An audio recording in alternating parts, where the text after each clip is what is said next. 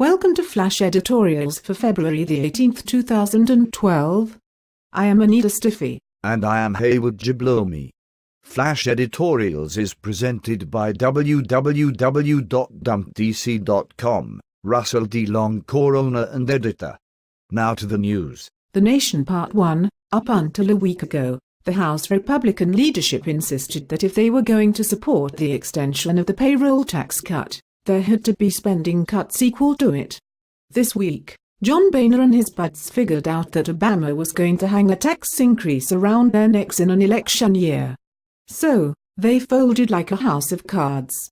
This should prove yet again that principle has no chance in the U.S. Capitol. The Republicans know that in order for American wage earners to keep getting this cut, the Congress will have to borrow more hundreds of billions to pay for it.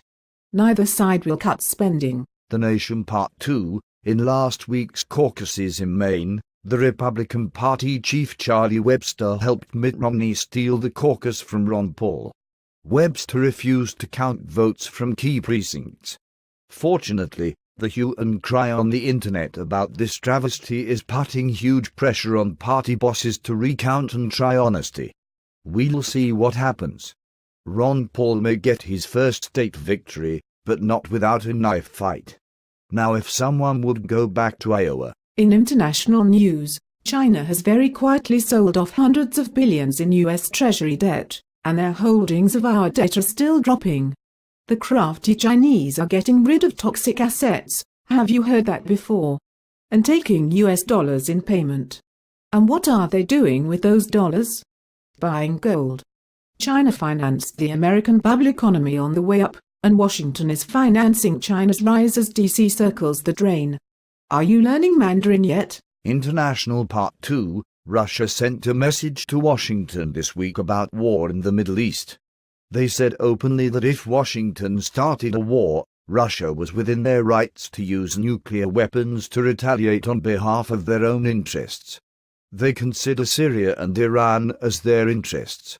How stupid can D.C. be? International Part 3. U.S. Defense Secretary Leon Panetta openly stated that Iran is not enriching fissionable material to create nuclear weapons.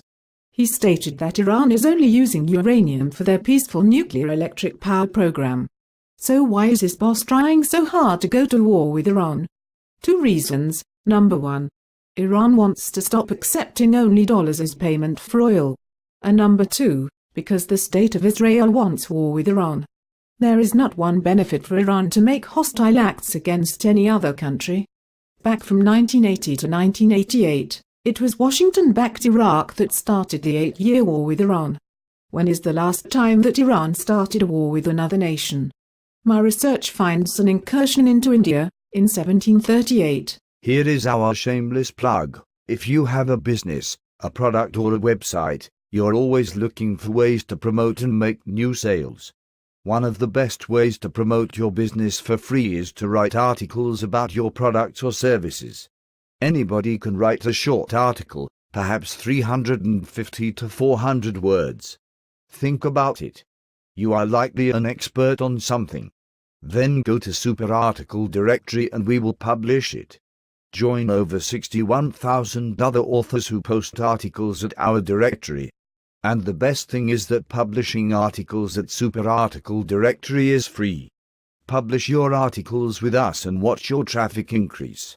Check it out at www.superarticledirectory.com. In business news, Google's motto is "Don't be evil." But their real motto is "Do what I say, not what I do." Google got caught violating the privacy of anyone using the Safari web browser. Seems Safari wrote code to protect visitors' privacy and prevent data mining. But the propeller hats at Google hacked Safari and have been selling data from Safari users. It's unethical, immoral, and if it's not illegal, it should be. This perfectly demonstrates the arrogance of Google.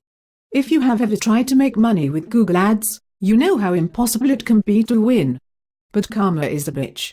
Google pulled the algorithm. In economic news, the number of actual new unemployment claims under state programs, unadjusted, totaled 361,928 in the week ending February the 11th. But last Friday night, All the news broadcasts touted lower unemployment rates. The rate of new claims weekly has been over 350,000 for a year. This economy ain't getting any better, friends. How about sports? Jeremy Lin is a great story. Asian American brainchild, led Palo Alto High School to a state title in basketball. No college athletic scholarship. Accepted at Harvard, played for 4 years and set Harvard scoring records as well as Ivy League records. No NBA draft. He was offered contracts by Golden State and the LA Lakers. The Warriors picked him up in 2010 and cut him in 2011. The New York Knicks picked him up. On February the 4th, his last half-second rainbow won the game against the New Jersey Nets. Now he's a star and he's packing fans into Madison Square Garden.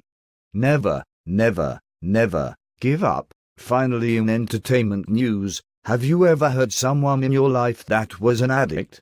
You watch this amazing person self-destruct and you are powerless to stop it. Meanwhile, it tears out your heart and messes up your life.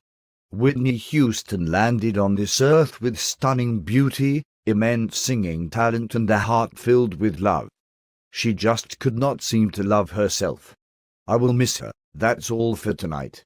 Thanks for watching. Speaking for Anita Stiffy, I am Hayward Jablomi. Good night and good luck. Dump DC, 6 letters that can change history. Copyright 2011, Russell T. Longcore. Permission to reprint in whole or in part is gladly granted, provided full credit is given.